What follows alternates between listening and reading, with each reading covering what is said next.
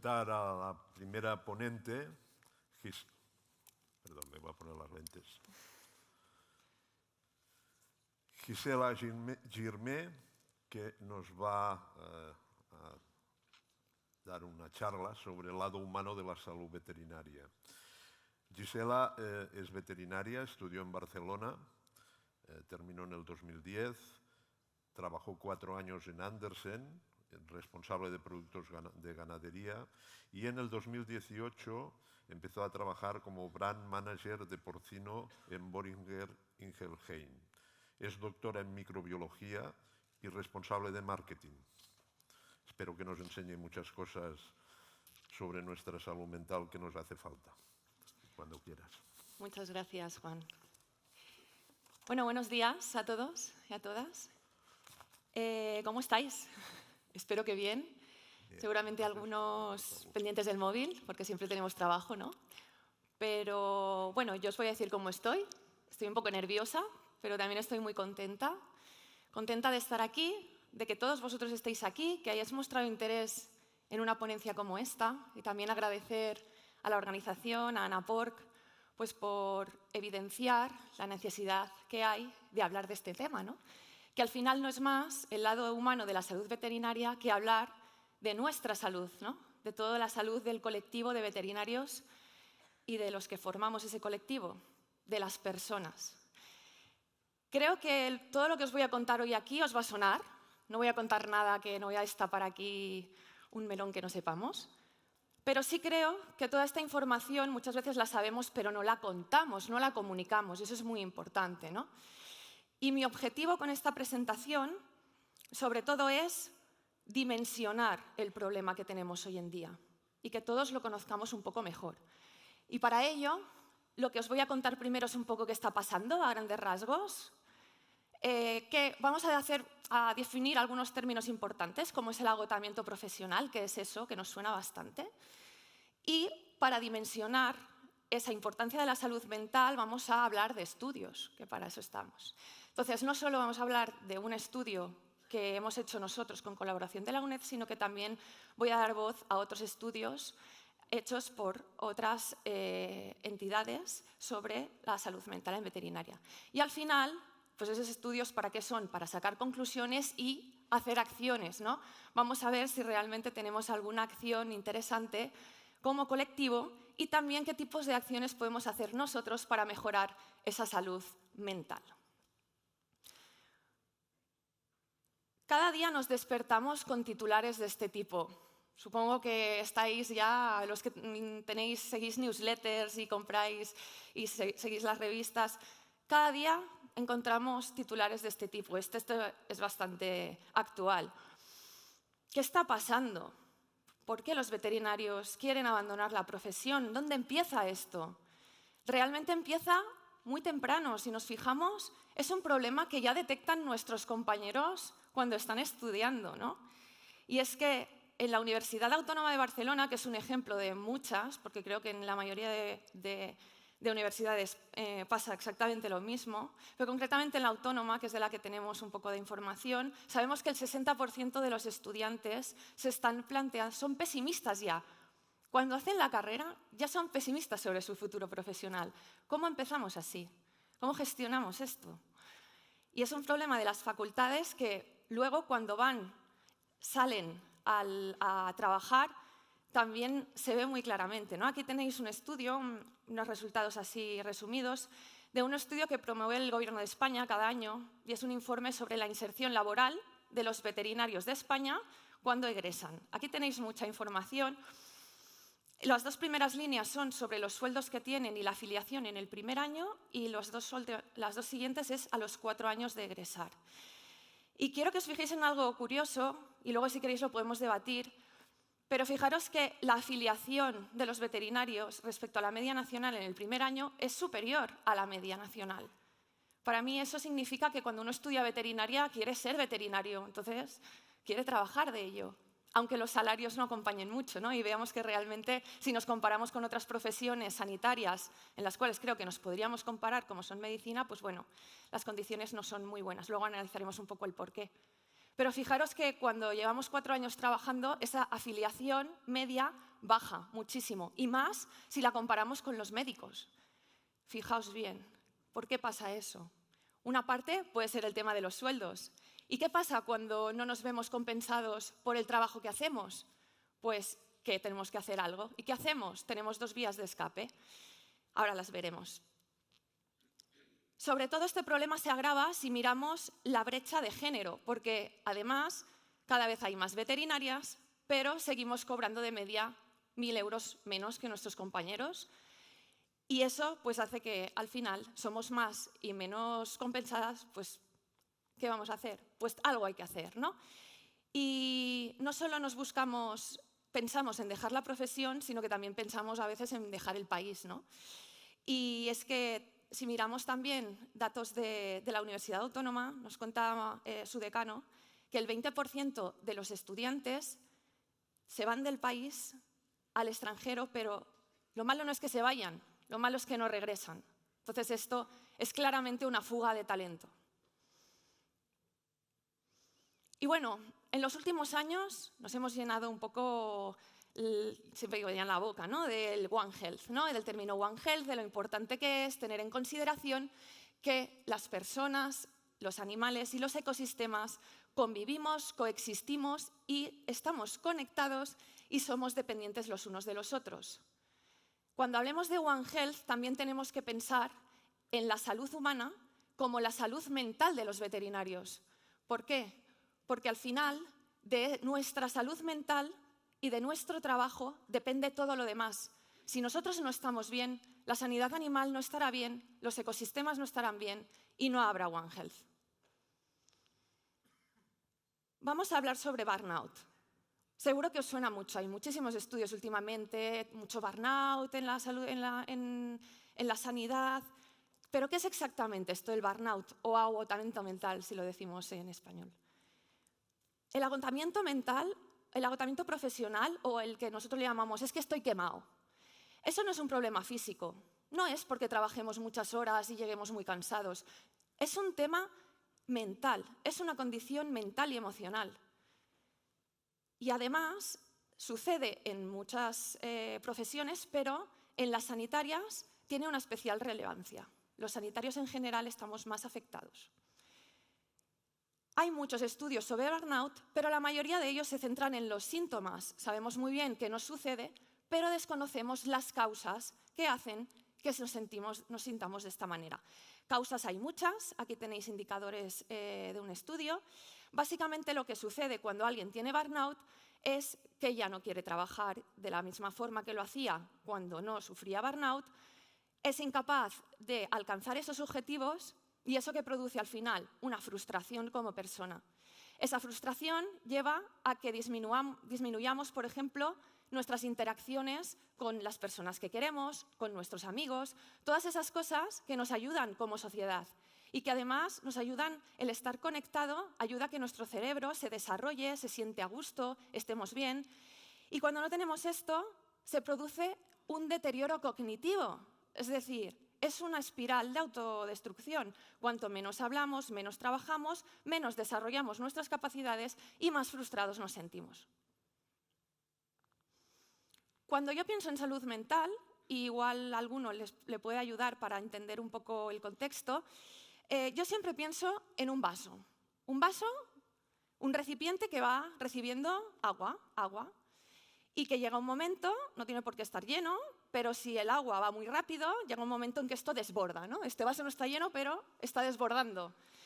Para mí el burnout es como esas gotas que salen del vaso, aquella parte del agua que no somos capaces de gestionar dentro de ese vaso. Y el burnout no es más que una consecuencia de muchas del estrés. Burnout sería la condición mental, pero también nos lleva a malestar psicológico, malestar físico, cosas más físicas. Y las causas serían ese agua que vamos metiendo, ¿no? Y que tenemos 2 tipos de causas, unas sociodemográficas que no podemos modificar tan alegremente, no podemos decidir de golpe, de un día por otro, no ser mujeres jóvenes. Entonces hay condicionantes que son importantes y que eso va goteando cada día y nos puede generar un estrés. Y luego una serie de fuentes de estrés que iremos viendo más adelante. ¿Y qué sería el vaso dentro de aquí? Sería un poco los mediadores que tenemos. Todas aquellas cosas que podemos hacer para intentar gestionar esa demanda de agua que tenemos y intentar pues, gestionarlo para que no desborde, ¿no? Y esos mediadores tienen mucho que ver con cómo nos implicamos en nuestro trabajo y qué estrategias tenemos día a día para poder afrontar todas esas causas y estresores que tenemos, que los iremos viendo. Y bueno, ahora pasaré a explicaros un poco un estudio que hemos hecho. Vamos a intentar hablar ya a dimensionar todo este problema de la salud mental. Empezamos con el estudio que hemos hecho al lado de la UNED. Y primero os preguntaréis, ¿y por qué Boehringer, como un laboratorio farmacéutico, decide invertir en un estudio sobre salud mental del veterinario, ¿no? Pues bueno, os diría que en Boehringer llevamos la salud de nuestros trabajadores en el ADN. Y esta foto es una foto de principios de 1900. Estos son trabajadores de la fábrica en Ingelheim, en Alemania. Y bueno, aparte de que tal vez muchos de vosotros en la parte derecha superior habéis visto las soluciones que teníamos en la época para mitigar la salud y el estrés y la salud mental, pero fuera bromas, a principios de siglo solo se cobraba por lo que uno trabajaba. O sea, si tú ibas a trabajar, cobrabas. Si no trabajabas, no tenías. Y eso era así. Y eso al final generaba un estrés en la gente. Porque si tú no estabas bien y no podías ir a trabajar, pues tú no cobrabas. Albert Boehringer, el fundador, era una persona que quería que sus trabajadores estuvieran bien. Y fue uno de los pioneros, un empresario pionero, en dar vacaciones a los trabajadores y vacaciones remuneradas. Esta es la palabra clave. Obligaba a sus trabajadores a tomarse 14 días de vacaciones al año. ¿Y cómo sabía que se las tomaban? Les obligaba a mandar una postal desde el lugar en el que estaban de vacaciones, cada año. Además, estos trabajadores, si tenían que ir a hacer el servicio militar, si tenían que ir a la guerra, se les conservaba el sueldo.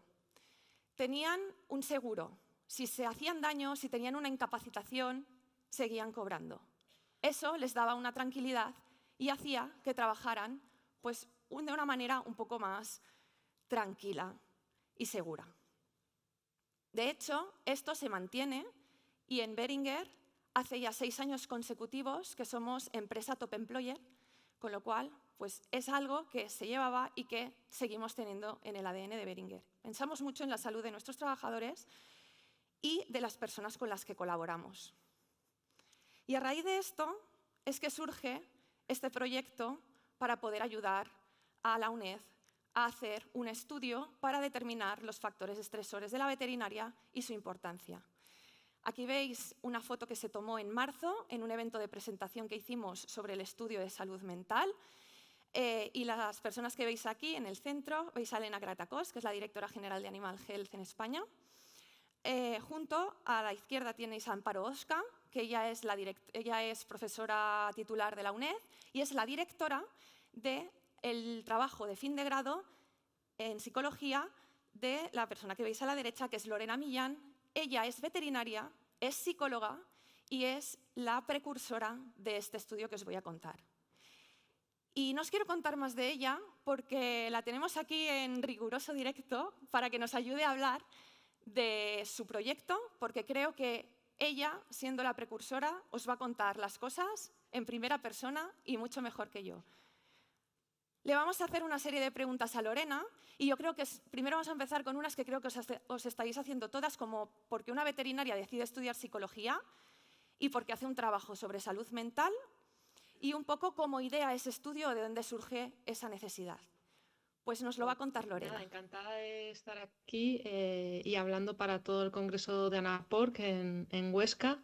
Y a la pregunta que me haces, bueno, hubo un momento hacia el 2014-2015 que tuve una deriva laboral que no sabía muy bien cómo iba a salir y entonces decidí empezar a estudiar psicología. Siempre me ha encantado el tema de la mente y del cerebro y al principio lo hice así un poco por hobby, con pocas asignaturas, pero la verdad que me enganchó, cada vez me gustó más y la terminé.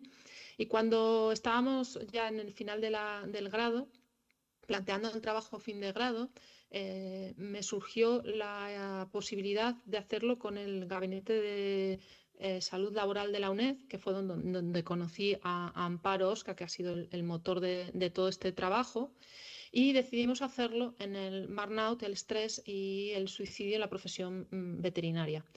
Ahí la verdad es que toda la bibliografía era anglosajona, utilizamos más bien los datos que estaban publicados porque en España no habría prácticamente nada y nos quedó ahí como germen la cuestión de intentar hacer algo ya más práctico y en la población de este país.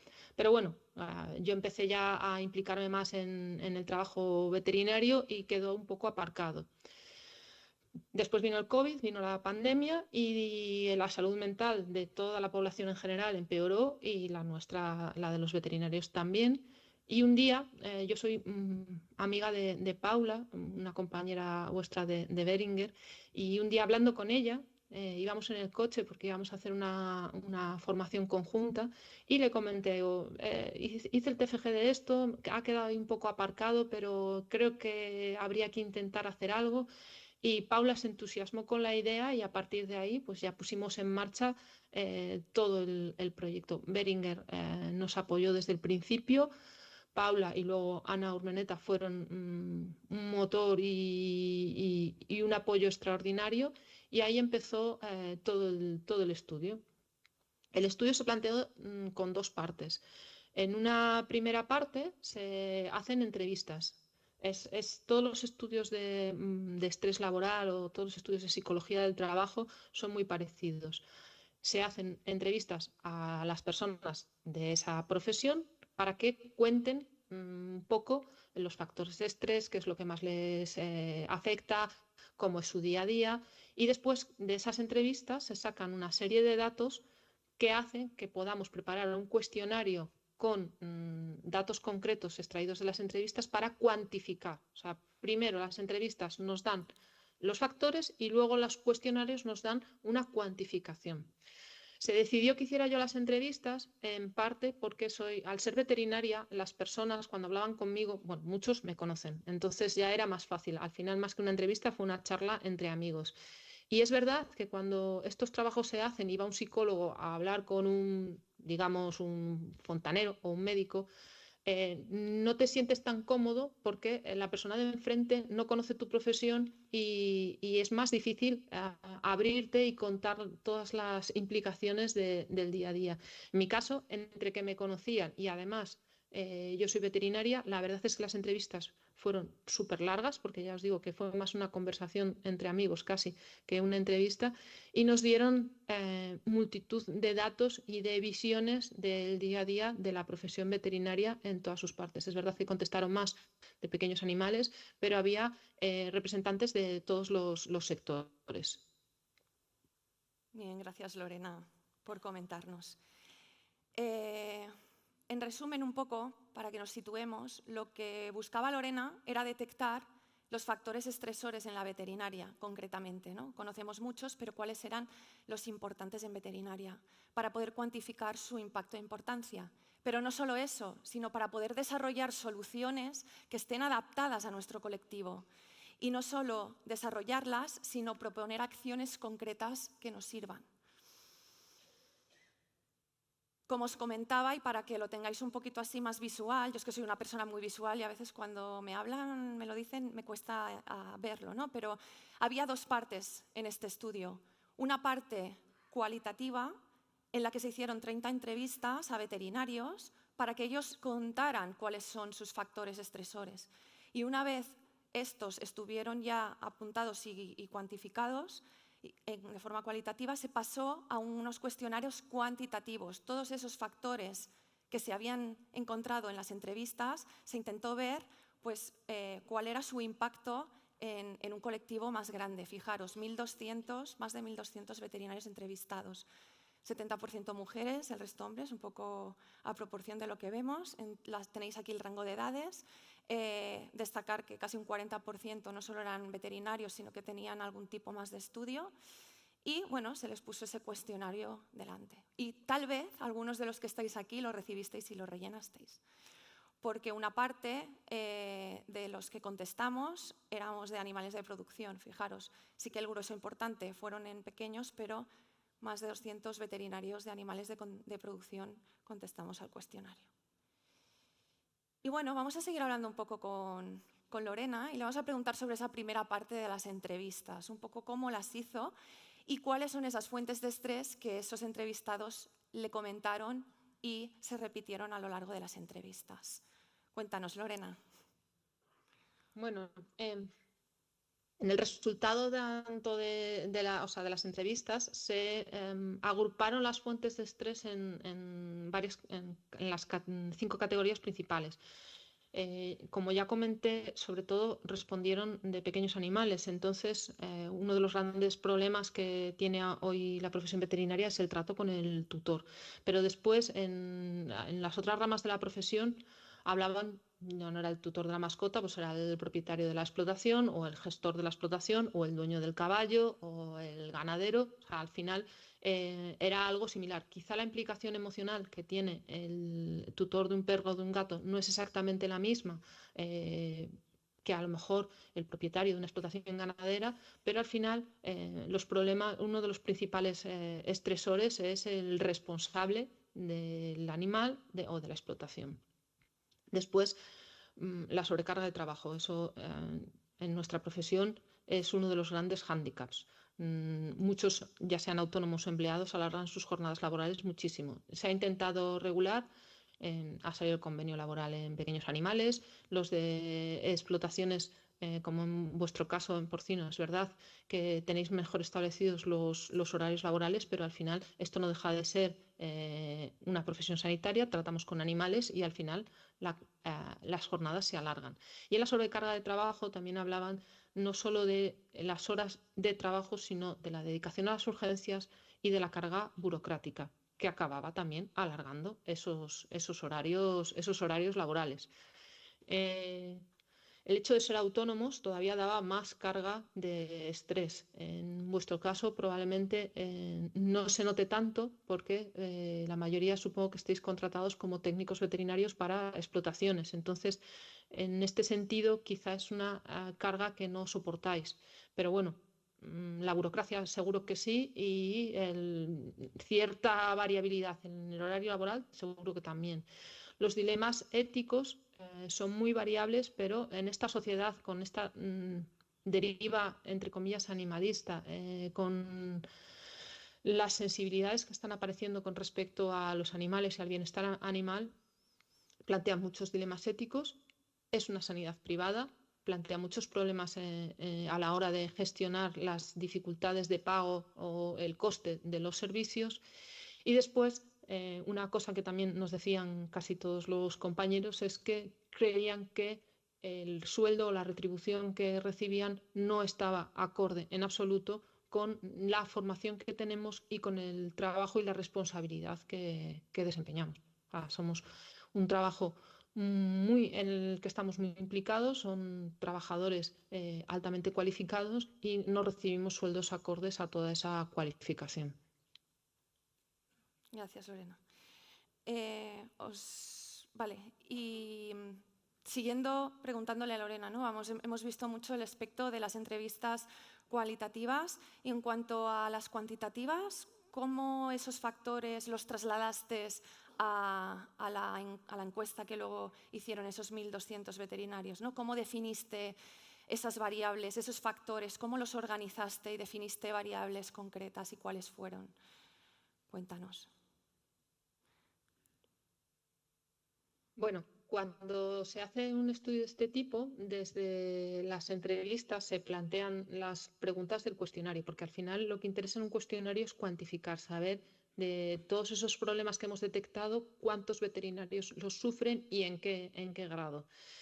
Y además hacer correlaciones con otras variables. Entonces, una primera parte de todos estos cuestionarios siempre son las variables sociodemográficas, para saber cuántas mujeres, cuántos hombres, en qué rango de edades, si tienen pareja o no, si tienen hijos o no, en qué ámbito geográfico, si son solo graduados, si son graduados y con máster, si son doctores. Se hacía una serie de preguntas para establecer cómo es la población. O sea, los veterinarios a los que se ha dirigido, pues todas estas variables que acabo de comentar. Después se les pregunta, lógicamente, por esas fuentes de estrés de diferentes maneras para graduar cuánto les está afectando, y eso sería un poco los antecedentes en el cuestionario. Saber cómo es la población, saber cómo les afecta el estrés y en qué cantidad, y después qué cosas hacen que esta sensación de estrés sea mayor o menor. Es decir, si yo tengo muchos amigos, muy buena relación familiar, aunque en el trabajo esté algo machacado, cuando salgo del trabajo tengo opciones de recuperarme, porque eso, tengo buenas relaciones familiares, puedo quedar con amigos, puedo hacer actividades que me ayuden. Entonces, hay una serie de variables que hacen que, aunque nuestra situación laboral no sea buena, no suframos el grado de burnout tan acusado. Y eso se llaman variables mediadoras. Eso está el apoyo social, están las estrategias de afrontamiento, se les pregunta qué hacen para luchar contra las situaciones que mayor malestar les crean. Y aquí tenemos las estrategias de afrontamiento, las buenas y las malas. Pues las buenas, la típica, pues hacer ejercicio, ir a yoga, salir al campo. Y están las malas: beber alcohol, utilizar fármacos, drogas, sentarme solo a ver la televisión. Hay diferentes estrategias de afrontamiento, unas más beneficiosas que otras. Y después hay una variable mediadora que a mí me llamó mucho la atención, que es la implicación con el trabajo. Quizá nuestra profesión hasta cierto punto todavía tiene un componente vocacional importante. Normalmente los que estudian veterinaria son estudiantes con una implicación ya durante la carrera muy importante, con una dedicación al estudio y con un montón de horas de estudio, y eso hace que estemos muy implicados con el trabajo. Entonces, los trabajadores más implicados con el trabajo son los que más se queman, porque cuando tú pones mucho y no recibes como crees que tienes que recibir, y además te encuentras con todas estas situaciones en el día a día que son como pequeñas piedras en el zapato, hace que las posibilidades de burnout sean más altas. Es decir, cuanto más implicado estés con el trabajo, si no sabes gestionarlo o si la situación laboral es muy mala, más probabilidades hay de que se desarrolle burnout. Y todo esto pues, nos lleva a cuantificar el grado de estrés laboral crónico y saber cuánto malestar físico a consecuencia de este estrés laboral están sufriendo los veterinarios y cuánto malestar psicológico. Y después había otra parte en el final del cuestionario, y era una pregunta que hacía yo en todas las entrevistas, que nos daba una idea de cuántos tenían pensado abandonar la profesión. Yo cerraba todas las entrevistas siempre con la misma pregunta y les preguntaba: si volvieras otra vez atrás a los 18 años, ¿volverías a estudiar veterinaria? Y la verdad que la respuesta fue un poco descorazonadora, porque aunque un no rotundo no fue una respuesta habitual, casi todo el mundo decía sí, pero, o sí, pero a lo mejor hubiera cambiado de enfoque laboral. O sea, fue un poco triste ver que gente que estudió con muchísima vocación y con muchísimas ganas, en ese momento creían que no estaban recibiendo una contraprestación en sueldo, en condiciones laborales y en la apreciación de clientes y sociedad adecuada a toda esa implicación. Bien. Nos suena, ¿no? Gracias, Lorena. Vamos a ver un poco mejor los resultados de esas encuestas, ¿vale? Aquí tenéis variables antecedentes, lo que llena el vaso. Estas son las 5 fuentes de estrés que más puntuaron. por orden. Nos ha hablado Lorena un poco de ellas. Aquí os doy algunos números más. Realmente, nuestros clientes son muy exigentes y eso nos estresa. Fijaros que los porcentajes que manejamos. Además, tenemos una carga de trabajo muy elevada y eso también nos afecta. Y además, y esta creo que a todos nos va a sonar, las cargas burocráticas cada vez son más altas y eso hace que no podamos dedicar nuestro tiempo a otras cosas que para nosotros son más importantes. Esa sobrecarga de trabajo, además, nos produce un conflicto muy importante, que es el conflicto con la familia. No solo con la familia, también con nosotros mismos, porque al final conciliar no significa solo tener que estar por la familia, también es conciliar con uno mismo y eso nos cuesta mucho. El trabajo nos mantiene alejados de esas actividades que nos gusta hacer. Pero no solo tenemos demandas emocionales por parte de la familia y los amigos, también por parte de nuestros clientes. Gestionar las emociones de alguien que lo está pasando mal porque está perdiendo animales, porque no puede pagar a sus trabajadores, eso también nos lo tomamos, es parte de nuestro trabajo y nos afecta. La implicación en el trabajo, muy bien nos lo ha explicado Lorena. Al final, la mayoría de nosotros nos gusta estar implicados en el trabajo, nos gusta lo que hacemos día a día, pero eso tiene su mala cara. Como estamos muy implicados y somos bastante perfeccionistas, por no decir muy perfeccionistas, nos sentimos tristes y mal cuando fallamos, cuando algo no va como tenía que ir. Y cuando encontramos personas que reúnen todas las características que tiene que tener un buen trabajador, implicación, que sea empatía, profesionalidad, buen trato, gestión, son gente que tiene que gestionar tantísimas cosas que son los primeros que acaban quemados. Hay que encontrar el balance. ¿Podemos encontrarlo? Al final, esa implicación en el trabajo, ¿qué nos produce? A más de la mitad de nosotros, agotamiento mental, que cuesta mucho más de recuperar que el agotamiento físico. Al final, no tenemos energía. Llegamos a casa y ¿a cuántos os sonará lo de que vuestra pareja os diga es que siempre vienes cansado, es que nunca tienes ganas de hacer nada conmigo, ¿no? Todo ese cansancio emocional llega un momento en que se somatiza y empezamos a tener dolores. ¿Por qué? Porque no nos escuchamos y el cuerpo al final nos dice, estoy aquí y estoy mal, o paras tú o te paro yo. ¿Qué estrategias tenemos para afrontarlas? ¿Tenemos?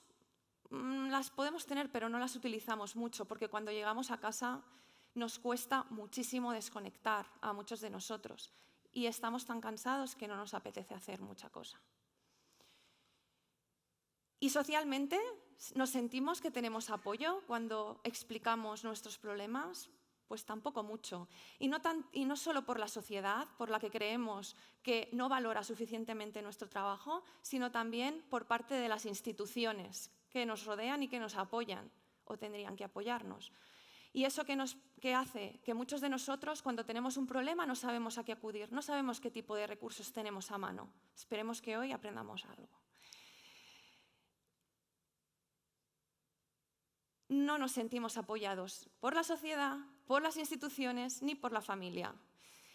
Y esto me pareció bastante curioso y evidente, y es que muchos de nosotros también creemos que los clientes no se comportarían igual con nosotros si fuéramos médicos. Más del 50%, además, pues ahora vamos a cómo desborda el vaso, ¿no? A todas esas variables consecuentes. ¿Qué nos pasa cuando tenemos estrés? Pues a todos acabamos somatizando. Tenemos agotamiento mental, nos sentimos tensos, los dolores musculares, nos cuesta recuperar energía. Yo recuerdo la primera vez que fui al fisio y me vio, me tocó y me dijo, dice, ¿tú a qué te dedicas? Le dije, soy veterinaria. Y me dijo, vale, entonces ya normal. Dice, no, los peores que vienen aquí son los sanitarios y los maestros. Sois los que peor estáis corporalmente y los que más evidenciáis que lleváis un estrés importante. Vamos a seguir hablando con Lorena porque de todos estos resultados que hemos visto, queremos saber si ella detectó algún grupo que fuera más susceptible que otros a padecer burnout. ¿Realmente existe algún grupo que tenga predisposición? Bueno, pues la verdad es que aquí fueron unos resultados bastante concluyentes porque se determinaron 4 grupos muy evidentes. Primero, las mujeres. Cuando salieron estos resultados, yo lo hablaba con la profesora de la UNED y ella decía que era algo que pasaba en más profesiones, por en muchas ocasiones la doble carga en el trabajo y en casa, por la atención como cuidadoras o bien hijos o bien a otros, o a mayores o a dependientes, bueno, por todos los múltiples condicionantes que sabemos.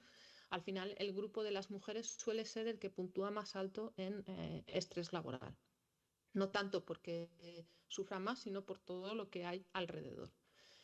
Después, los más jóvenes. Hay una situación que se da también en otras profesiones sanitarias y es que cuando salimos de la carrera tenemos una sensación, a veces más real y otras menos, que no sabemos hacer nada. Entonces, eso, cuando nos enfrentamos al paciente, al cliente, a la granja, a nuestro trabajo, nos crea una inseguridad y un estrés muy intenso.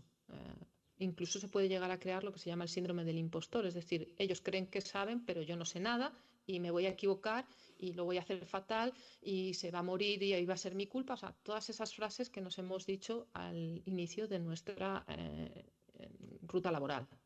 Entonces, la verdad es que el estrés laboral era más intenso en los más jóvenes y en la gente que llevaba menos tiempo trabajando. Puntuaron también mucho más altos los veterinarios que se dedicaban a pequeños animales. Aquí quizá es por esta deriva de la sociedad en la que la mascota es un miembro de la familia y se crea un vínculo entre el tutor de la mascota y su animal muy intenso que hace que la gestión emocional del veterinario cuando esa mascota está enferma sea complicada y además es medicina privada, con lo cual siempre está ese hándicap de que si yo quiero solucionar este problema, el tutor se tiene que gastar este dinero. Y eso crea muchas tensiones. Entonces, y esas tensiones los que más las sufren son los de pequeños animales. Aunque otras ramas no están exentas, los de caballos, los de ganadería extensiva, etc. Y después el último grupo era el de los autónomos, porque, como ya comentamos, la carga burocrática en nuestra profesión ahora es muy grande y si además eres autónomo todavía está corregida y aumentada, con lo cual se te alarga la jornada laboral porque tú haces tu trabajo como veterinario y después ya harás el papeleo, ya harás todas las facturas, ya harás toda la gestión que tienes que hacer como autónomo o toda la burocracia que tienes que hacer como veterinario, los papeles que en la granja, en los caballos, en el registro de microchips, etc. Entonces, es una doble carga que hace que tengan un mayor grado de estrés laboral que los que están contratados para empresas, bueno, en vuestro caso para las granjas intensivas de porcino, en el caso de pequeños animales en los hospitales, etc. O sea, al final los grupos más afectados y además claramente delimitados eran las mujeres, los más jóvenes, los de pequeños animales y los trabajadores autónomos. Bien, aquí tenéis los 4 grupos más susceptibles. De momento, bueno, algunos nos podemos sentir identificados, pero vamos a preguntarle algo más a Lorena, que seguro que vosotros también os estáis preguntando, vale, los de pequeños están mal, pero realmente en ganadería ¿tenemos alguna particularidad? La gente que contestó de ganadería, ¿qué factores estresores consideraba que eran más importantes para ellos? Sí, tienen sus matices. No es lo mismo el veterinario que hace campo que el que está contratado en una granja de intensivo, porcino o avicultura. En las entrevistas sí que tuve a varios veterinarios de vuestro sector y la verdad, y pasó lo mismo en los cuestionarios también, a nivel de jornada laboral y a nivel de remuneración quizá Claro, esto con matices, habría que ver cómo estáis cada uno de vosotros, pero en general son los que más satisfechos estaban con eso, con la jornada laboral y con el sueldo que recibían, porque claro, en este tipo de explotaciones el horario se lleva un poco más organizado, ¿vale? No es como un veterinario de campo, de caballos, que sale por la mañana con el coche, sobre todo por aquí, por mi zona, y tiene que hacer a lo largo del día 300 kilómetros para visitar todos los avisos que tiene, y a lo mejor son las 8 de la noche y está volviendo después de estar mediodía en el coche y mediodía viendo animales, que entrar a una hora concreta en una explotación, realizar tu labor y cuando llega el final de tu jornada, volverte a casa.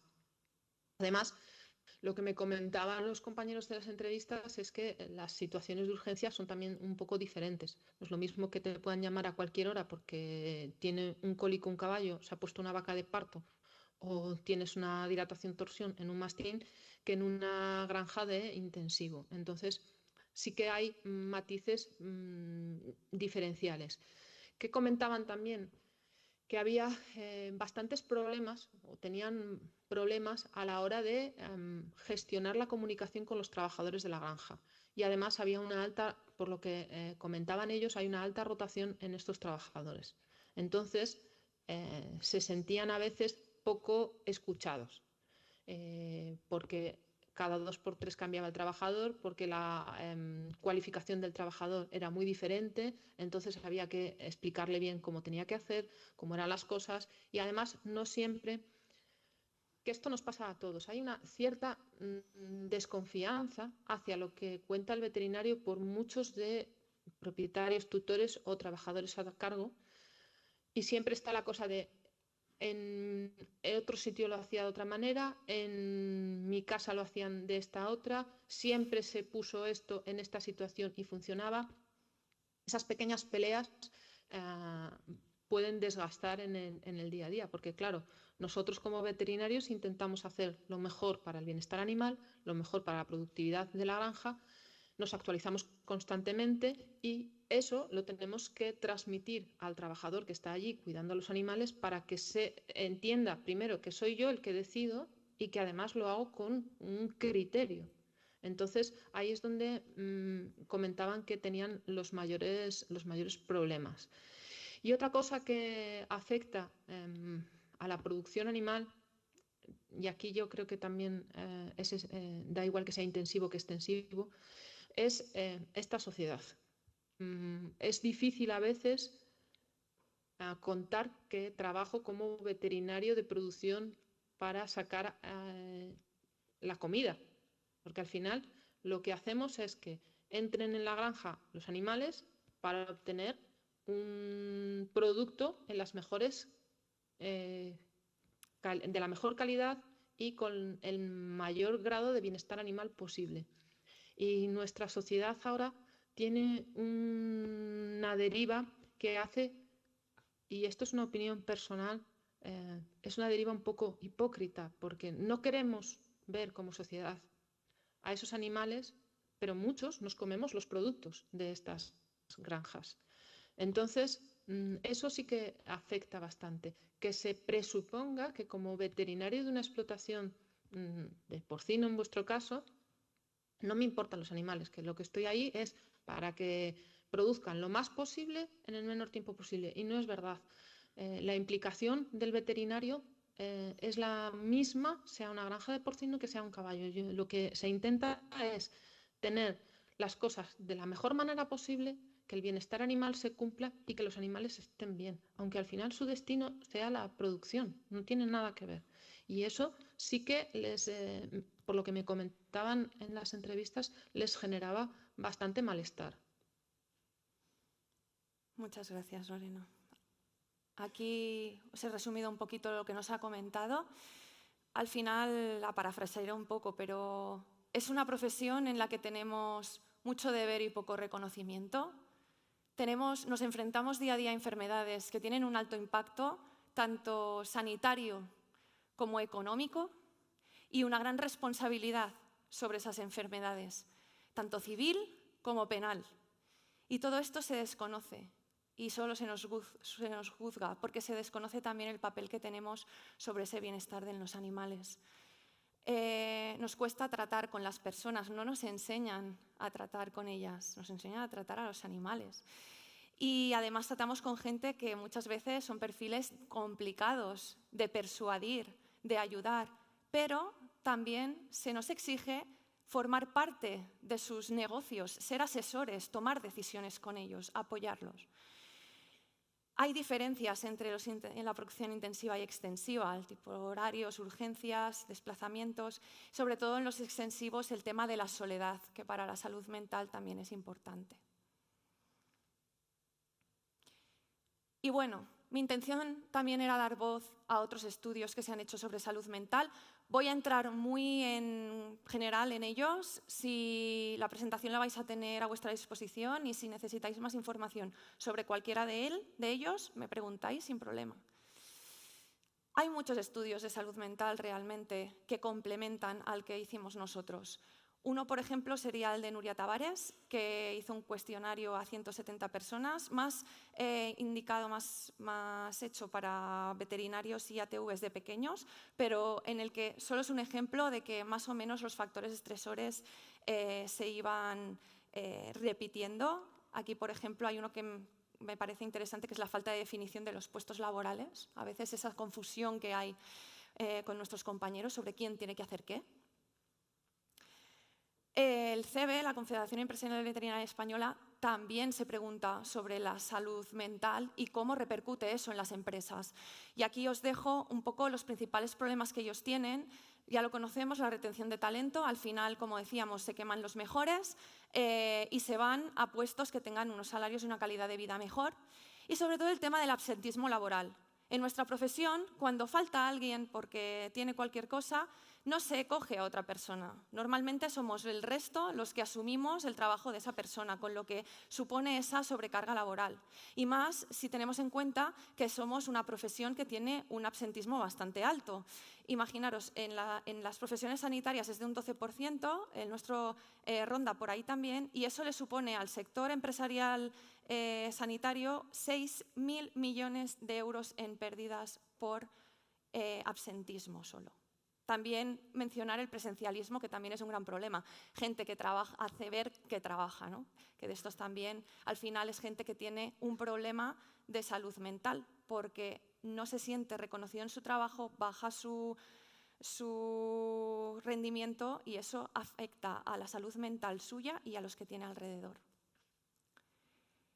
Y a nivel de Europa decimos, bueno, pues nos vamos, ¿no? Pero ¿qué pasa? Realmente cuestionarios hechos a nivel Europa evidencian que no es un problema solo nuestro, sino que en general los veterinarios se sienten muy estresados y que por culpa de ese estrés las consecuencias es pedirse bajas, ¿no? Esa necesidad de descansar, más de 2 semanas de baja de media solo por depresión, agotamiento o fatiga. Y además también casi uno de cada 4 se plantea cambiar de profesión. Si queréis saber en qué países somos más felices los veterinarios, pues ahí los tenéis en el mapa. En Finlandia, en Dinamarca o en Suiza se parece que los veterinarios contestan que están un poquito mejor. Otros estudios en Beringer a nivel global también realizaron un estudio muy concreto solo para preguntarles si los veterinarios de los países que veis aquí, también se hizo con una N bastante grande y englobó compañía, producción y equidos, pero para saber si realmente se sentían reconocidos por su labor. Parece que los de producción somos los que nos sentimos un poco más reconocidos, aunque en general 1 de cada 2 no. Y es cuando nos preguntan ¿qué te gustaría que la sociedad conociera sobre tu profesión? La mayoría de los de ganadería contestaron que la importancia y el valor que tiene mi profesión, es decir, cómo contribuyo yo a que la sociedad sea mejor. Este otro estudio de Austria solo os lo quiero mostrar por algo en concreto. Es muy interesante, si alguien lo quiere se lo paso. Aquí lo que buscaron también hicieron un listado de factores estresantes, ya se los dieron hechos, y le preguntaron a estudiantes y a veterinarios. y les dijeron que ponderaran del 0 al 5 qué les estresaba más o qué les molestaba más de todos esos factores. Y adivinad qué es lo que ganó en el sector veterinario, la burocracia. Los veterinarios que ejercían dijeron que la burocracia es el gran estresor que tenemos a día de hoy. Y también me parece curioso que los estudiantes no lo tienen tanto en cuenta. Igual les hay que decir, explicarles un poco qué se van a encontrar el papeleo que tendrán que hacer cuando empiecen a trabajar, ¿no? Pero también es muy interesante conocer qué papel tiene esa burocracia dentro de la salud mental. Y en ese mismo estudio cogieron esos factores estresores, pero de cada uno de ellos también dijeron, ¿este factor te produce, crees que te puede generar depresión, ansiedad, insomnio? O sea, ¿realmente te puede generar algo que empeore tu salud mental? Y realmente la burocracia no nos molesta, no nos deprime, no es que no nos deje dormir. Al final la burocracia lo que nos quita es tiempo para que podamos hacer lo que realmente nos gusta y nos llena. Al final tenemos una sobrecarga de trabajo debido a eso y tenemos una sobrecarga profesional, pero realmente lo que nos está quitando es tiempo para hacer lo que a mí me gusta, lo que a mí me llena, lo que a mí me da salud mental y me da paz. Otro estudio muy interesante, llevado a cabo por VetBonds con ABEPA en colaboración con varias asociaciones y empresas. Y en estas de pequeños veis que un poco se repiten los factores estresores y las consecuencias, pero quería subrayar las 3 frases que me han parecido más interesantes, que es que un 25% de los encuestados dijeran que no pueden atender adecuadamente a las personas que dependen de mí, esto que creo que nos podemos sentir identificados con ellos, y que ellos tienen ese problema moral de tener que atender a pacientes de los cuales saben que igual no van a recibir ningún tipo de compensación económica, y eso también es muy estresante. Y fijaros la sobrecarga laboral también de tener que trabajar más horas de las convenidas. Y en cuanto a los estudiantes, ¿se les ha preguntado algo? Sí. Os voy a enseñar 2 estudios, uno de la Europea de Madrid y el de la Autónoma de Barcelona, que ya hemos visto algunas noticias. Se encuestó a los alumnos de quinto, recién graduados, en 5 facultades. ¿Qué contestaron? Que la facultad no representa el mundo real. ¿Qué más? No me siento veterinario hasta quinto, tardé mucho en tocar animales, no conocía las salidas que tengo, no esperaba tener que tratar tanto con las personas. No conocemos bien, los alumnos no conocen bien el trabajo que van a desarrollar en su futuro profesional. Y en cuanto a la de Barcelona, algunos de estos titulares ya los hemos visto, me preocupa mucho el tema de la inseguridad y de la inferioridad, ese síndrome del impostor. El 66% se sienten inferiores respecto a los demás. Fijaros, están preocupados por la salud, cansados, todo esto nos suena. Y el que también me preocupa muchísimo es más del 10% que contestaron que en algún momento se habían querido autolesionar o se habían planteado el suicidio. Estamos hablando de alumnos de veterinaria. Si nos sentimos así de inferiores ya cuando estamos en las facultades, si ya nos creemos que no somos suficientemente conocedores de nuestra profesión para ejercer, ¿cómo vamos a ir a negociar un salario justo y digno por nuestra profesión cuando salimos de veterinaria? Al final, todo es consecuencia de lo mismo. En resumen, las gotas. Aquí os he querido resumir todos los puntos que yo creo que para nuestro sector son los más importantes. No entraré en ellos porque quiero acabar en tiempo, pero quiero deciros que al final, si tenemos este degoteo y no somos capaces de gestionarlo de forma adecuada, lo que tenemos es un chaparrón que intentamos mediar con lo que tenemos al día a día y que muchos de nosotros pues acabamos mojados porque no sabemos cómo gestionarlo. ¿Podemos hacer algo? ¿Se puede salir del pozo? Vamos a verlo. ¿Alguien está haciendo algo con esto? Primero le vamos a preguntar a Lorena, ¿crees que hay alguna forma de solucionar, alguna iniciativa que podría ayudarnos a mejorar esta situación? Cuéntanos. Bueno, esta pregunta es compleja porque creo que no hay una única solución y además no está en manos solo de un estamento o de alguien en concreto. Creo que aquí se tiene que implicar todas las partes de la profesión veterinaria y se tienen que implicar otros estamentos a nivel político para intentar mejorar esta situación. Yo, por mi parte, así como algo fácil, diría que el primer paso está en las facultades de veterinaria. Ya obviando el tema de que tenemos un montón de facultades y salen muchos veterinarios, yo lo que creo que habría que hacer es desde el principio, primero, mostrarles de una forma adecuada a los estudiantes todas las partes de la profesión para que sepan todas las salidas que hay y además enseñarles qué se hace en cada una de ellas. Y después eh, creo que hay que incluir ya herramientas de gestión emocional y de comunicación.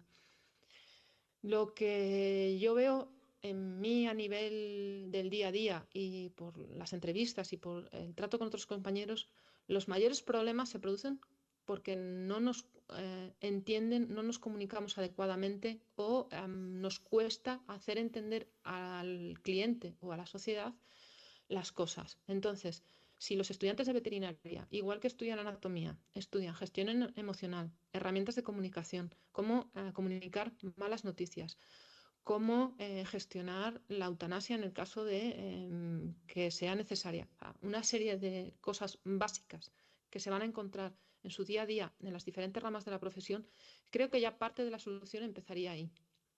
Después, las implicaciones deben de venir de los colegios veterinarios, de la parte política, para, por una parte, mejorar la apreciación de la sociedad de nuestra profesión, para que el One Health sea una realidad y además una realidad en la que nosotros tenemos una parte activa muy importante para que se nos considere sanitarios, sanitarios de primer nivel, no sanitarios de tercera o de cuarta,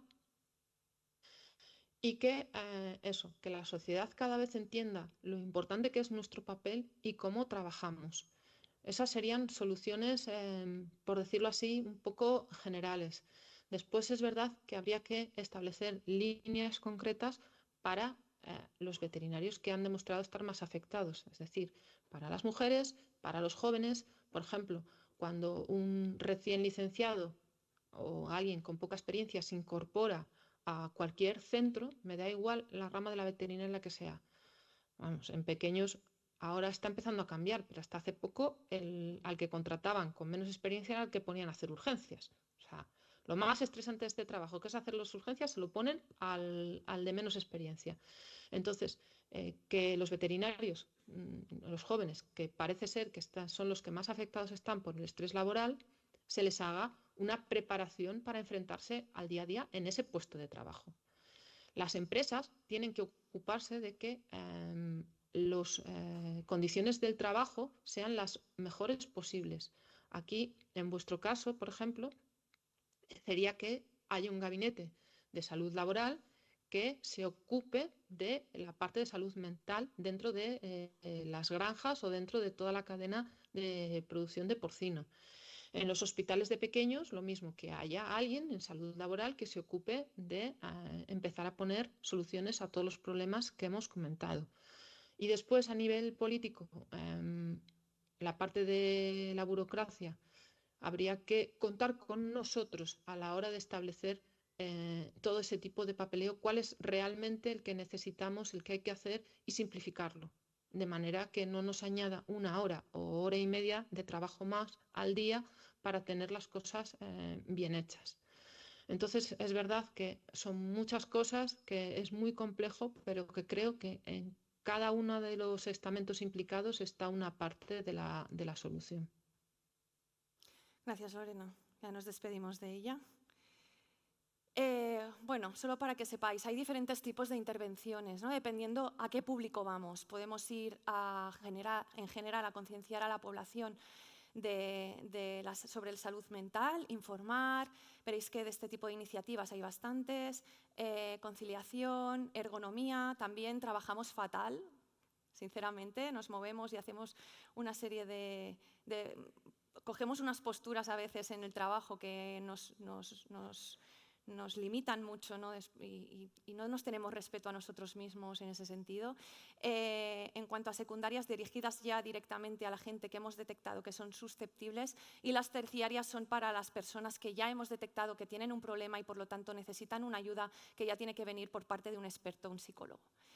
Intervenciones que ya hemos hecho, por ejemplo, en nuestro caso, como os decía, en marzo, hicimos un evento para difundir esos resultados de este estudio que os hemos comentado, en el que también pues, invitamos a otras asociaciones y organizaciones a que contaran sus experiencias. Hemos hecho una campaña llamada Ir Más Allá, os voy a poner el vídeo al final, os lo comento ya para que lo sepáis. Es una campaña que espero que os guste y que si la queréis os puedo hacer el vídeo para que la enviéis a vuestros amigos, a vuestros colegas. Es un vídeo destinado a que nos sintamos orgullosos de lo que hacemos y podamos mostrar cómo es nuestro día a día y cómo los veterinarios vamos más allá. Esta campaña tiene la colaboración tanto de ANEMBE como de ANAPORC y también lo veréis. Otras cosas que hemos hecho en Beringer, ya hemos empezado un programa de gestión 360 con un curso de gestión y prevención de estrés en el que ya hay más de 200 veterinarios apuntados. Este curso de momento se ha abierto a pequeños animales, pero bueno, seguramente en un futuro tendremos ediciones para ganadería. Otras cosas interesantes, la Federación Europea de Veterinarios está haciendo una encuesta para comprender esa carga de trabajo burocrática que tenemos, administrativa, en los últimos años impuesta, cuánto ha incrementado nuestro tiempo dedicado al trabajo, ¿no? Y no os voy a leer más, pero sí que os dejo el código QR, si no luego me lo pedís, porque no nos va a dar tiempo a que os lo deje mucho rato, pero esta encuesta está abierta y la podéis contestar y ayudar también a conocer el impacto que tiene esa burocracia en la profesión. Desde las universidades se están haciendo un montón de cosas de las que comentaba Lorena, ¿no? Hay que hacer que se nos reconozca más profesionalmente, mejorar el conocimiento, gestión emocional de conflictos. Solo voy a puntualizar que me gusta mucho la actividad esta de hacer cosas comunes con otros sectores judiciales, como por ejemplo hacer que alumnos de veterinaria y de medicina hagan un módulo en el que gestionan un brote epidémico en la población. Y así los médicos conozcan el papel del veterinario dentro de esto, porque hay muchos que hasta la pandemia no sabían ni por qué el veterinario estaba ahí metido. O peritaje y defensa en un proceso judicial, junto con alumnos de derecho, para que ellos puedan ejercer de abogados, de jueces, y los veterinarios podamos empezar a saber, los estudiantes, cómo gestionar ese tipo de demandas. Además de hacer prácticas antes, hospitales simulados, meterles en problemas en situaciones estresantes para ver cómo se pueden salir de allí. En la autónoma, también mejorando la inteligencia emocional, la comunicación, interesantes las jornadas ocupacionales que están haciendo. Ya es el segundo año y aquí empresas como la nuestra les explican salidas laborales que pueden tener en laboratorios farmacéuticos.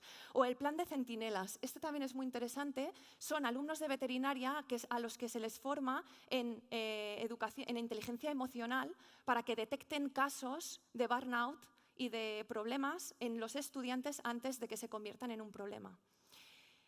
Otras acciones, para que sepáis que los colegios veterinarios ofrecen formaciones, webinars, incluso gabinetes de psicólogos para que podáis, algunos subvencionados o otros pagados, porque tenéis allí una vía para poder expresaros y pedir ayuda.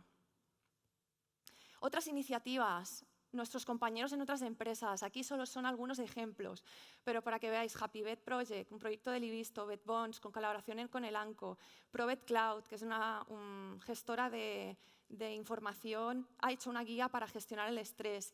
Me enteré que FATRO también está haciendo algunos webinars.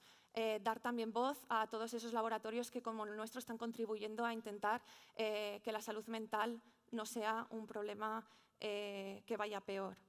Y intentar concienciar. ¿Y qué podemos hacer nosotros, por último? Y no me voy a entretener mucho, pero nosotros también tenemos un papel. ¿Qué podemos hacer? Hemos hablado del vaso y de las variables mediadoras. ¿Cómo podemos afrontar? Tenemos estrategias de afrontamiento positivas. Para mí la más importante pasa por saber nuestras limitaciones y saber decir que no. A veces tenemos que decir que no. Y no solo eso, sino que cuando alguien nos dice que no, también tenemos que ser comprensivos y empáticos con esa persona, porque mañana podemos ser nosotros. y podemos necesitar ese espacio y ese tiempo y ese parón y ese, bueno, ahora no, te ayudaré cuando pueda, ¿no? Saber gestionar. Si vamos perdidos, hablar con nuestros compañeros, solucionar problemas. Si no tenemos claro nuestro rol en la empresa, oye, yo creo que este trabajo, ¿quién lo tiene que hacer? Solucionar esos pequeños conflictos. Meditar, que no todo solo se tiene que hacer así. Hay gente que medita corriendo. Cualquier cosa que te distraiga del día a día, del bucle, del pensar en lo que tengo que hacer mañana, lo que he hecho hoy, eso se le llama meditar, es extraerse de todo esto. Hablar, socializar, la familia, los amigos. Y sobre todo, sentirnos orgullosos. El otro día leía en Diario Veterinario estas declaraciones de Carla Aguirre, que es la presidenta de la Asociación de Veterinarios de Equidos de España, decía, si aumenta nuestro orgullo, al final aumentará nuestro reconocimiento salarial y laboral. Para mí, el orgullo es el autorreconocimiento. No solo tenemos que esperar que nos reconozcan, los primeros que tenemos que reconocernos somos nosotros.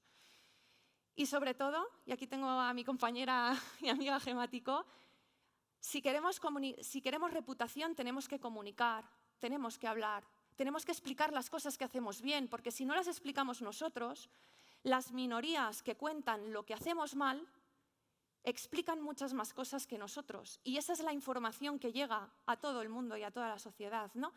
Y al final nos toca comunicar. Y finalmente, esto es muy importante. Si alguno de los que estáis en la sala no conocéis ninguna de estas herramientas, por favor, poneros las pilas, porque esto os va a ayudar con todo el tema de papeleo, burocracia, y esto os va a quitar mucho estrés y os va a dar salud laboral. Y con esto os dejo con el vídeo y os doy las gracias y espero que os guste y que disfrutéis de él. El que lo quiera, que me lo pida.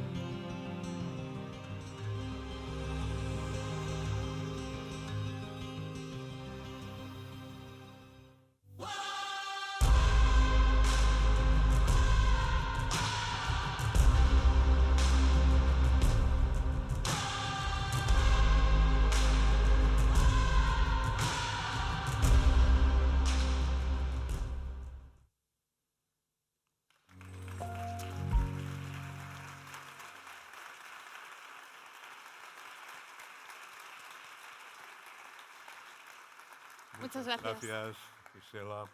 Ha sido muy interesante. Yo creo que el gran mal que tenemos es que nos gusta mucho lo que hacemos. Eso es una putada. Bueno. Pero bueno. ¿Alguna pregunta para hacerle que os perturbe la salud mental? Hola, buenos días. Mi nombre es Francisco García Marín, soy profesor de la Facultad de Veterinaria de León, lo he sido también de Zaragoza y ejerzo la profesión desde hace 45 años. En primer lugar, quería decirte que quería agradecerte y también felicitarte. Eso vaya por delante. Y luego, gracias, si tienes un poco de tiempo fuera, ahora ya hablaremos un rato.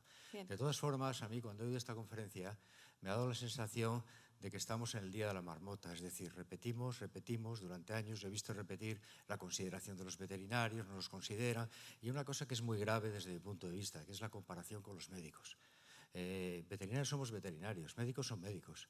Los médicos están en un sistema diferente, con unos sueldos diferentes, pueden vivir de la sanidad, y no olvidemos que el médico es el brujo de la tribu, la consideración es otra. Es otra. No nos consideremos, no nos comparemos con los médicos, seguimos haciendo. Pero solamente quería hacerte una cuestión. Desde el año 2001 en que se empezaron a hacer encuestas, se hicieron unas encuestas de la profesión y un estudio, las facultades junto con el Consejo, y también en León introducimos una asignatura que se denomina ámbito veterinario. En primero, es la única. ¿Sabes por qué? Porque cada vez más, y desde hace 30 años, para mí, el fracaso que hay en las facultades es la cada vez mayor tendencia, que ahora se ha revertido un poco, a lo que llamamos la idea franciscana de la profesión. Es decir, a mí me gustan los animales, o de la profesión de los estudiantes, a mí me gustan los animales, y como me gustan los animales y los quiero mucho, estudio veterinaria. Entonces, lo primero que tienen que hacer es, desde mi punto de vista, y disculpa que no sea casi una pregunta, sino un comentario, es que conozcan lo que es la profesión, que existen otras cosas en primero y que ya luego... Y luego hay otra cuestión, el decir que los estudiantes no tienen prácticas, no tocan animales, eso ha cambiado muchísimo. Lo que ha sacado es una universidad privada que admite más de 300 estudiantes en primero y que tiene menos de la mitad de profesorado que otras facultades públicas. Cuidado con esos temas. Con ese tema. Y por último, yo siempre me considero veterinario y las encuestas que dimos se consideran veterinarios. En fin, no tenemos que estar dándole vueltas a que si, por favor, que no nos consideran, nos dejan de considerar. Claro que hay estrés en la profesión, la mayoría somos autónomos, la mayoría de pequeños animales, donde saca la encuesta, son autónomos o privados, igual que en los animales de granja, no los veterinarios oficiales. No sé cuántos eran oficiales. Y a partir de este tema yo no quiero alargarme más, solamente es que quería, cada vez que veía lo que hacías, fíjate en el estudio austríaco, los estudiantes, cuál ha sido su principal preocupación en los estudiantes, no la burocracia, de largo con las demás. La barrita esta que había, el sufrimiento de los animales. Sí. Y aquí estamos con animales de renta, de granja, etc. Eso todavía está ahí. Y hay que tenerlo en cuenta, esas cuestiones. Pero yo yo felicitarte otra vez y simplemente lo de que se van el 20% al extranjero es una apreciación, no es real también. Hay que tener datos y hechos contrastados. Entonces, no es real. Que hay una gran cantidad de veterinarios que acaban cada año la carrera, que son veterinarios. Pues fíjese usted, entran 1.500 en universidades privadas. Y 1.200 en las 10 universidades públicas, son el doble de las privadas. Esto es lo que hay. Esto es lo que hay. Y el mercado es el que hay. Y la capacidad y el estrés, etcétera, es mucho más manifiesto en los de pequeños animales. Lorena lo sabe bien, ella es una gran especialista en ello. Pero nada más. Yo simplemente decir estos comentarios en base a estudios que se hicieron, su día, que hicimos, etcétera. Pero la respuesta la tenemos nosotros, el dar a conocer la profesión nosotros. No me alargo más, perdonen ustedes. No, muchas gracias por el comentario. Y no, sí que es cierto. De hecho, la apreciación esta del 20% está extraída de un cuestionario que se realiza año tras año a los egresados de la Universidad de Barcelona. Tal vez es unos datos concretos de la Universidad de Barcelona que no se trasladan al resto de universidades, pero que en un principio no están hechos al azar, sino que están contrastados y vienen de cuestionarios realizados por el equipo del decano de Manel López Béjar. Y sí, iba a apreciar algo más, pero se me fue. Nada, también felicitarlos por tener esas iniciativas desde la Universidad de León, que la verdad es que es muy importante que en las facultades cada vez los alumnos tengan menos esa apreciación, que lo que ven fuera no se traslada a lo que tienen, ¿no? y a lo que realizan. Y sí que es verdad que poco a poco cada vez más van tocando animales mucho antes y al final fruto de ellos todas esas acciones que se están llevando a cabo por todas las facultades para evitar que al menos tengan esa sensación, porque igual es más una sensación, pero que realmente que no se les está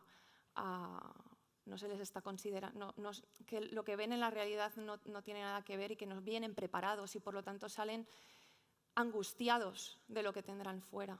Eso es importante, solucionarlo y solventarlo. ¿Alguna cuestión más? Hola, buenos días. Me ha encantado la exposición y el tema porque nunca me había encontrado yo con un congreso en el que se hable de la salud mental de los veterinarios. Mi nombre es Luz Muñoz, soy veterinaria. A veces me da ganas de decir que por la gracia de Dios, porque hacer una carrera como veterinaria tiene lo suyo. Estudié en la Facultad de Veterinaria de León. Paco García Marín no me dio clase porque yo terminé antes de que él llegara. Y lo que quiero decir es que no estamos planteando el tema de base, y yo creo que el tema de base es el exceso, o sea, esto es un mercado, el mercado laboral, y hay oferta y hay demanda. Y no sé si hay algún país de la Unión Europea, yo creo que no, en el que haya tantas facultades de veterinaria como hay en España. No. Y una que viene. Claro, ¿y cuál es el problema? Pues que eso es un impacto negativo sobre la reputación del veterinario en España, porque somos muchos. Entonces, si este trabajo no lo haces tú, va a venir otro que lo haga. Eso no pasa en ningún país de la Unión Europea. O sea, tú te vas a Francia y el veterinario tiene una consideración social y económica que no tiene aquí en España. Pero no sé si ha sido una cuestión de gestión política, seguramente sí, el que cada capital de provincia o dentro de la misma comunidad autónoma tenga que haber 2 o 3 facultades. Entonces, ese es para mí el problema de base. Y luego hay otro tema importante del que no se habla, y es, quizás no hay paro entre los veterinarios, pero ¿sabemos cuántos veterinarios han dejado de trabajar como veterinarios y son profesores de instituto, por ejemplo? Porque es que yo tengo compañeros de promoción que directamente se fueron a hacer la oposición y son profesores de instituto. Y otros que llevan 20 y tantos años trabajando y que dejan de trabajar como veterinarios por la presión de las recetas, de los antibióticos, de todo esto, y que se han ido a trabajar, han hecho la oposición y son profesores de instituto. Es decir, aquí hay una tasa de paro, entre comillas, encubierta, que todavía no conocemos qué alcance tiene. Nada más, muchas gracias por sacar el tema que me parece fundamental. Gracias. Gracias a ti.